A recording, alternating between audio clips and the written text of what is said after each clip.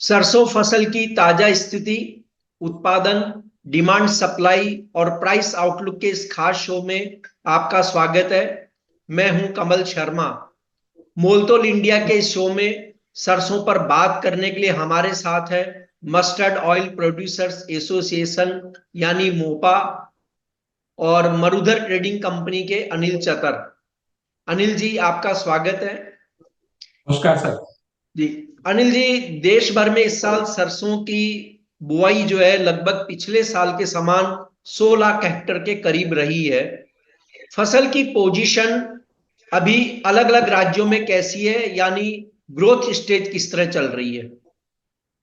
सरसों की स्विंग 2% सरकारी आंकड़ों के हिसाब से ज्यादा हुई है। और देखने को भी मिल रही है कि सब जगह बिजाई इसमें 2% ज्यादा हुई है। लेकिन इसमें राजस्थान में इस बार घटा है और यूपी बढ़ा है। कुछ कारण हो सकता है भाव को लेके कि राजस्थान में बिजाई कम हुई है। यूपी में कुछ आलू का एरिया जो होता है वो सरसों की तरफ बढ़ता हुआ पिछले 3-4 साल से दिख रहा है, क्योंकि मस्टर्ड कैश क्रॉप है। तो यूपी आगे बढ़ रहा है, राजस्थान में थोड़ा घटा है। और अभी तक तो फसल के हिसाब से सही है। नई सरसों अभी निम्बाहेड़ा, प्रतापगढ़, चित्तौड़गढ़, छोटी सादड़ी, बड़ी सादड़ी, छुटपुट, बाराकोटा में आने लगी है।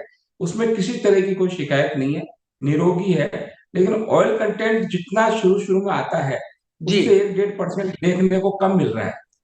अब समय राजस्थान अभी सरकार ने, सर, राजस्थान सरकार ने 62,31,128 टन का पहला अनुमान जारी किया कि राजस्थान में इतनी सरसों पैदा होगी। आप किस तरह देखो देखते हैं कि क्या है देखो राजस्थान के हाल? राजस्थान को हम 4-5 भागों में बांटते हैं। तो राजस्थान में कोटा, बारां, बूंदी, भरतपुर, अलवर, टोंक, निवाई, इधर उतारा अच्छा आता है। दूसरा आपके गंगानगर साइड में उतारा अच्छा आता है। फिर हम जैसे ही पाली, जोधपुर, सुमेरपुर, झुंझुनू, शेखावाटी एरिया जाते हैं तो उतारा कम आता है। तो मेरे को ऐसा लगता है इसमें ये थोड़ा ज्यादा माना गया है। क्रॉप में इन्होंने जो फिगर लिए हैं वो 1600-1700 की ईल्ड पकड़ी है। ईल्ड, एवरेज ईल्ड जो है वो 1200-1300 से ज्यादा नहीं आनी चाहिए। और गवर्नमेंट के आंकड़े हैं। हम हमारा सर्वे करेंगे, उस समय उतारा देखेंगे। अगर वो ठीक होगा तो उसको करेंगे। बाकी मुझे अब तक जो रिपोर्ट मिल रही है, ये क्रॉप मुझे लग रहा है कम से कम 10-12 लाख टन गवर्नमेंट ने ज्यादा मानी अच्छा, और अनिल जी देखिए, अभी मौसम बहुत अच्छा है सभी रबी फसलों के लिए कहा जाए। बुआई भी लगभग चलिए 16 लाख हेक्टेयर या इससे थोड़ी अधिक ही हुई है। अगर हम एक मोटे तौर पर देखें, मौसम में कोई परिवर्तन हो आगे चलकर, तो कितना उत्पादन आप देश भर का मानते हैं एक मोटे तौर पर? है। वो अभी तक का जो भी मौसम का हाल रहा है वो फसल के अनुकूल रहा है। लेकिन 1-2 फरवरी से ही वेदर में कुछ चेंजेज है, बारिश है या और भी कुछ बातें बताई जा रही है। अगर वेदर डिस्टर्ब करता है तो बात अलग है। और हर साल वेदर डिस्टर्ब से थोड़ा बहुत प्लस माइनस होता है। लेकिन अगर सेम वेदर रहता है और 100 लाख की हेक्टेयर की बिजाई होती है और हम 1250 किलो की भी ईल्ड मानते हैं, तो 125 लाख टन सरसों का उत्पादन होने की संभावना है देश में। जी। ये आपने 125 लाख टन का अनुमान जताया। इस समय अगर हम देखें तो कई जगह मस्टर्ड के भाव एमएसपी से नीचे। सोयाबीन की फसल भी भारत में इस साल अच्छी हुई और इन दिनों एमएसपी के नीचे बिक रही है। क्या आप मानते हैं कि अगर ये उत्पादन हुए तो तेल तिलहन पर कोई प्रेशर दिखाई देगा फसलों पर? तेल तिलहन पे प्रेशर पिछले 1 साल से दिख रहा है। और एमएसपी के नीचे पूरे साल सरसों बिकी है मंडियों में। एमएसपी पे मात्र 11 लाख टन सरसों की खरीद हुई है। बकाया सरसों एमएसपी से 10%, कभी 8%, कभी 12% मद्दी ही बिकी है। और आने वाले टाइम में एमएसपी जो 5650 है, 5650, वो लेवल मुझे कहीं भी नहीं दिख रहा किसी भी कारण से। जो सरकार का भी निर्णय आया उपभोक्ता के हित में कि हम ड्यूटी 31 मार्च 2025 तक नहीं बढ़ाएंगे, तो मुझे नहीं लगता कि सरसों के भाव में कोई तेजी देखने को मिलेगी। सरसों एमएसपी से कम 10% नीचे हमेशा मंडियों में रहेगी। इससे ज्यादा भी नीचे रह सकती है। तो क्या जो विश्व के कई एनालिस्ट ने पिछले दिनों अलग अलग जगह जो कॉन्फ्रेंस हुई, चाहे वो बैंकॉक में हुई हो, मलेशिया में हुई है, पाकिस्तान में हुई है, बहुत जगह हुई है, और वहां उन्होंने कहा कि पाम ऑयल, सोया ऑयल, सनफ्लावर, इनके हाल भाव बढ़ेंगे। जो रेड सी का क्राइसिस है उससे भी उन्होंने ये कहा है कि कमोडिटी के प्राइस में तेजी आएगी। लेकिन क्या आपको लगता है कि उसका कोई बेनिफिट भारतीय फसलों को मिल पाएगा, सरसों और सोयाबीन को खासकर? 100% मिलेगा। हम 150 lakh ton edible oil import करते हैं और हम इंपोर्ट पर ही आधार है हमारा। तो अगर इंपोर्ट में तेजी आएगी किसी भी कारण से, जो आप बता रहे हैं उसके हिसाब से मेरे को कोई तेजी की रिपोर्ट नहीं है। मार्च अप्रैल मई जून तक भी तेजी की कोई रिपोर्ट नहीं है। अगर उसमें तेजी आती है तो निश्चित यहाँ का बाजार अपने आप बढ़ जाएगा। फिर तो एमएसपी के एमएसपी से ऊपर भी बिक सकती है। अगर इंपोर्ट में तेजी आ जाएगी, हमारे ऊपर 15 लाख टन महीने का तेल हम मंगा रहे हैं। लास्ट ईयर 145 लाख टन मंगाया, इस साल 170 लाख टन मंगाया है। तो सब कुछ उसके ऊपर निर्भर है। अगर विदेश में तेजी है तो निश्चित तेजी है, और विदेश में तेजी नहीं है तो यहाँ की क्रॉप को कोई संभालने वाला नहीं है। यहाँ पे एक्चुअल सरसों का कंजम्पशन 90 से 100 लाख टन का है, जी। और क्रॉप हमारे अच्छा सामने 125 लाख। जी। और अनिल जी, ये जो सरसों की फसल है, उसके लिए मौसम की भूमिका कब तक महत्वपूर्ण है कि उस समय तक अगर मौसम सब कुछ सही रहे तो ही हमें बड़ा फायदा हो यहाँ। फरवरी फरवरी मौसम सही रहेगा तो सरसों की फसल में बाद में कोई तकलीफ आने वाली नहीं। एक महीना हमको मौसम और सही चाहिए। जी। और नए सीजन पर आप कितना कैरी ओवर स्टॉक मानते हैं सरसों का? 1 मार्च को देश में कम से कम 10-12 लाख टन का स्टॉक रहना चाहिए, मिनिमम 10 से 12 लाख टन जी। का स्टॉक और रहना चाहिए। अच्छा, और सरसों का जो प्राइस आउटलुक है, आपने कहा कि कुछ दबाव रहेगा, तो जब ये नई सरसों की आवक का प्रेशर बढ़ने लगेगा सभी राज्यों में, तो प्राइस रेंज आप क्या देखते हैं उस समय? देखो अभी का भाव, आज का भाव जयपुर का 5550 रुपये है। ये कम से कम इसमें 6% की मद्दी यानी कि 5250 रुपये तो बन जाएगा। 5200 के आसपास भाव बनने की उम्मीद है। उसी हिसाब से तेल टूटेगा, उसी हिसाब से खल टूटेगी, उसी हिसाब से डीओसी टूटेगी। जी। मद्दी का ही माहौल है, तेजी का माहौल नहीं है बिल्कुल।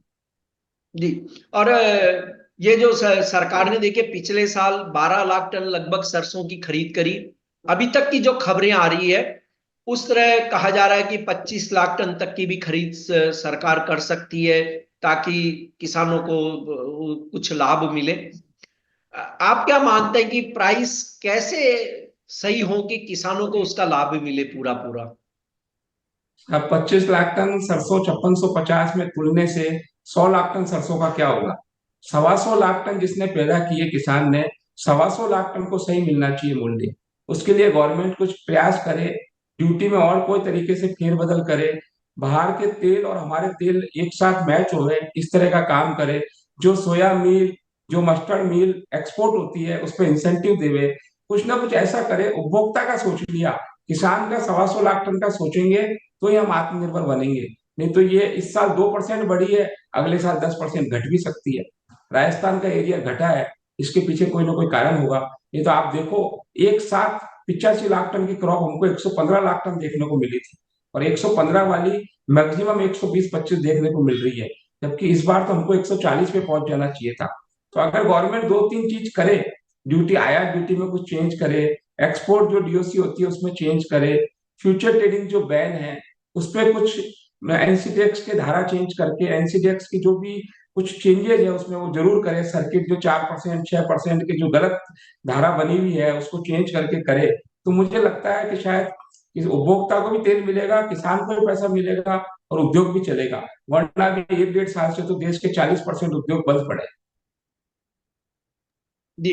अ, अनिल जी, आपने एनसीडीएक्स की बात कही, तो देखिए अगर हम देखें तो उन्होंने पिछले समय एक परमिशन मिली क्रूड सनफ्लावर ऑयल के वायदा की। सरसों में नहीं है तेल, तो दोनों कहना चाहिए तेल है।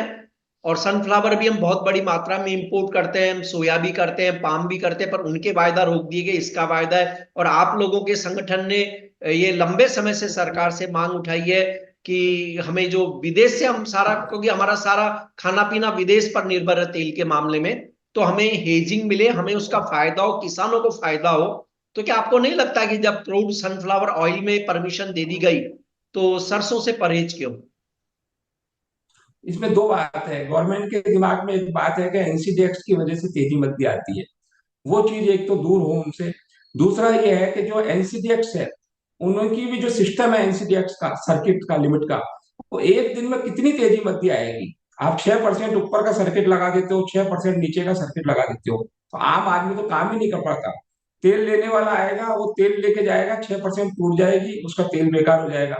मंडी में सरसों बेचने आएगा, उसकी सरसों बिक जाएगी, बाद में 6% बढ़ जाएगी।